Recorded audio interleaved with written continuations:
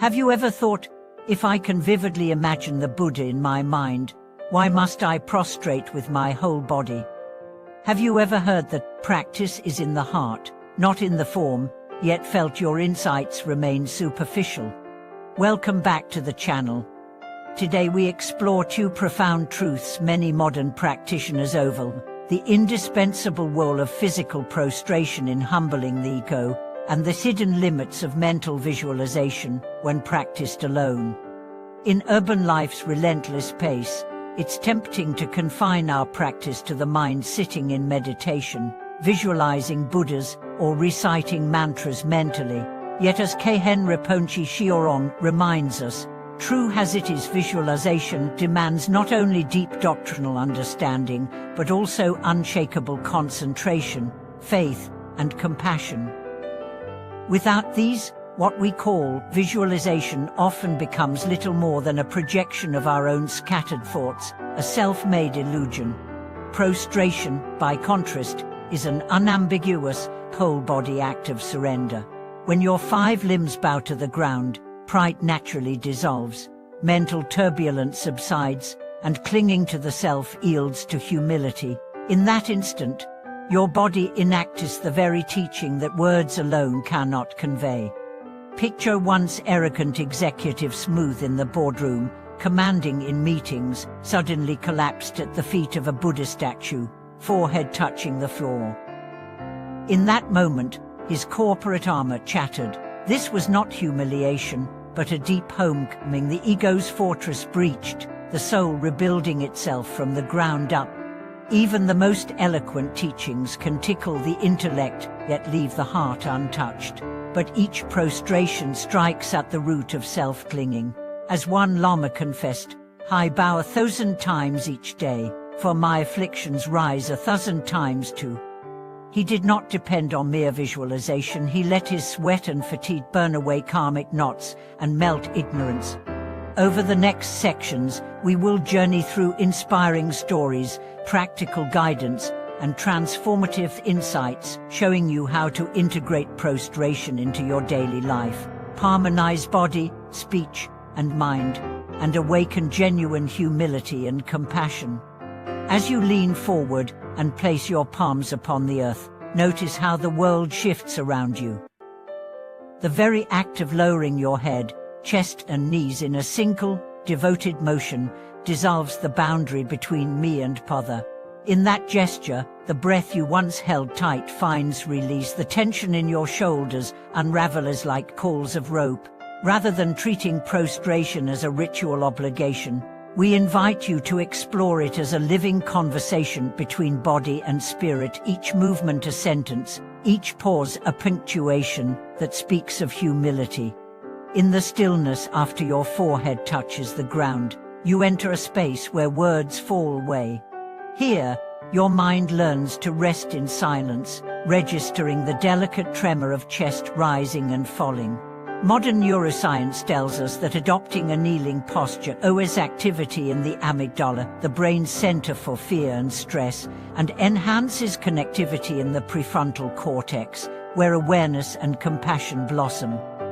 In effect, every full prostration rewires your nervous system toward openness rather than contraction. Imagine a teacher who begins each morning by bowing 3 times before her desk.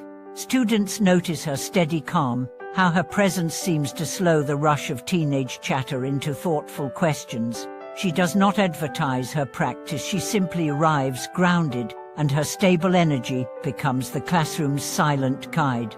Like ripples in a pond, her humility encourages others to slow their own racing counters.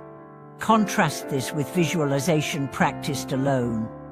You might sit, eyes closed, conjuring a radiant Buddha in midair, tracing each petal of the lotus upon which he rests. Yet if your shoulders remain locked, your jaw clenched, your breath shallow, your mind cannot fully embrace the vision.